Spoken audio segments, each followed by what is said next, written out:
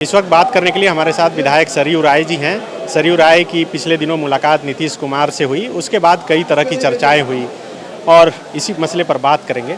Sir, Nitish ji से आपकी मुलाकात हुई, उसके बाद कई तरह की चर्चाएं यहाँ पर हुई। चर्चा ये भी हुई कि क्या तीसरा मोर्चा सरयू राय बनाएंगे झारखंड में। नीतीश जी 50-60 वर्षों से हमारे मित्र हैं।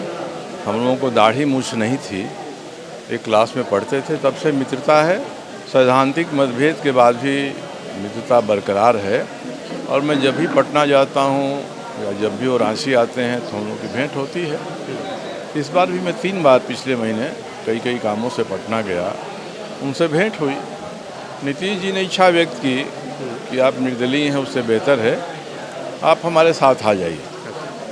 एक मित्र का आग्रह है, तो मैंने कहा कि एक मित्रता के नाते आपको अधिकार है, मैं आपको ये अधिकार सौंपता हूँ कि मेरे बारे जो भी निर्णय लेना हो उचित समय पर आप वो निर्णय ले लीजिए।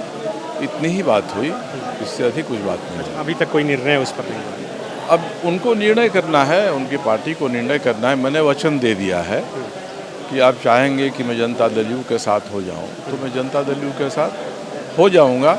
आपके ऊपर निर्भर है, आप इसकी घोषणा जब चाहें अपने पार्टी के अध्यक्ष के माध्यम से करा सकते हैं। अच्छा, ये जो सत्र चल रहा है मानसून सत्र, ये चुनाव से पहले ये आखिरी सत्र ही माना जाए इस सरकार का। इस 5 साल को सर आप कैसे देखते हैं? अब ये तो अंतिम है, आप भी विधायक रहे, इससे पहले भी आप मंत्री रहे हैं।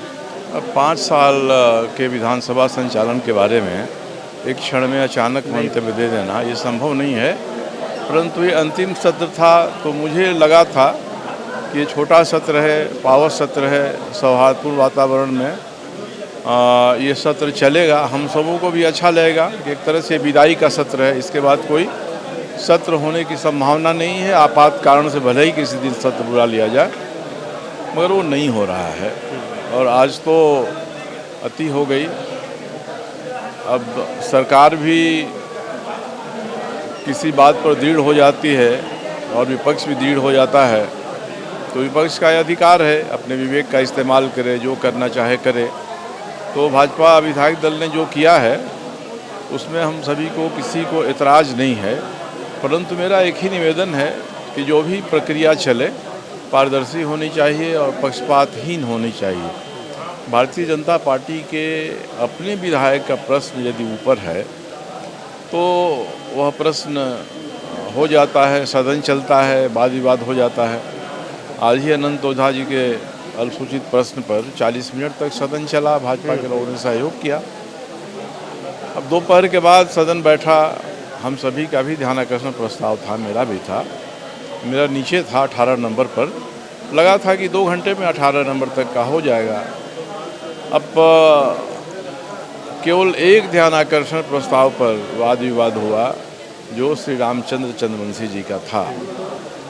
उसके बाद हंगामा हो गया, हम सभी का ध्यानाकर्षण प्रस्ताव वैसे को वैसे रह गया। तो यदि ये तय करना था कि हमको हंगामा करना है या अपनी कार्रवाई को इस स्तर तक ले जाना है, आरंभ में ही हो जाना चाहिए था। ऐसा नहीं कि अपने विधायकों का प्रश्न ध्यानाकर्षण आ जाए और बाकी लोगों का है तो उसका स्थगन हो जाए। ये जिन मुद्दों के साथ कर रहे हैं, जैसे सदन की कार्रवाई शुरू होने से पहले भी बाहर किए, मेन मुद्दा ये है कि जो अनुबंध कर्मी है उसको परमानेंट करने का वादा सरकार में आने से पहले हेमंत जी किए थे, वो नहीं कर पाए।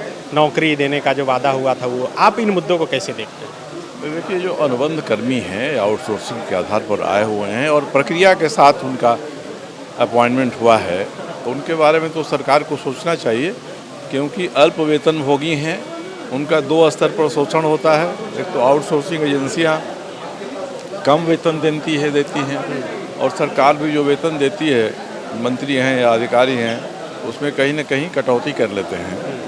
तो उनका तो ज़रूर निर्णय होना चाहिए, मैं इससे सहमत हूँ, परंतु मुख्यमंत्री ने घोषणा किया है तो अभी 2 दिन सदन है, मुख्यमंत्री के ऊपर ही इसके बारे में दबाव डालना चाहिए या उनको कहना चाहिए, और नहीं तो चुनाव आ रहा है, चुनाव में इसको मुद्दा बना के चुनाव लड़ना चाहिए।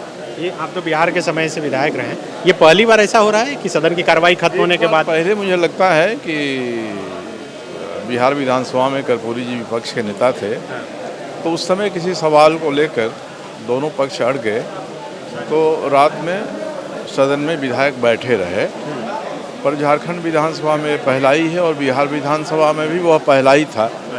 उसके बाद नेताओं ने महसूस किया, कर्पूरी जी ने खुद भी महसूस किया कि इस अति के स्तर पर विरोध नहीं पहुंच जाए। उसके बाद बिहार में कभी ऐसा हुआ नहीं, झारखंड में हो रहा है। दुर्भाग्यपूर्ण है कि नौबत आती है, सरकार को भी लचीला होना चाहिए। मैंने विधानसभा अध्यक्ष से भी आग्रह किया है कि इस स्थिति को आप मिलकर दूर करें, समाप्त कराएं, कोई ना कोई रास्ता निकालें। अब देखिए क्या होता है।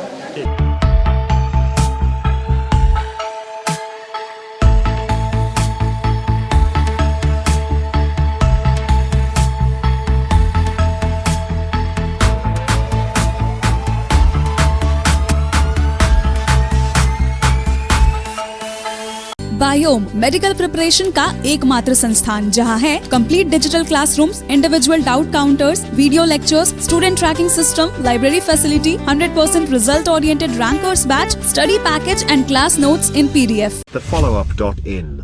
Like, share, and subscribe. www.thefollowup.in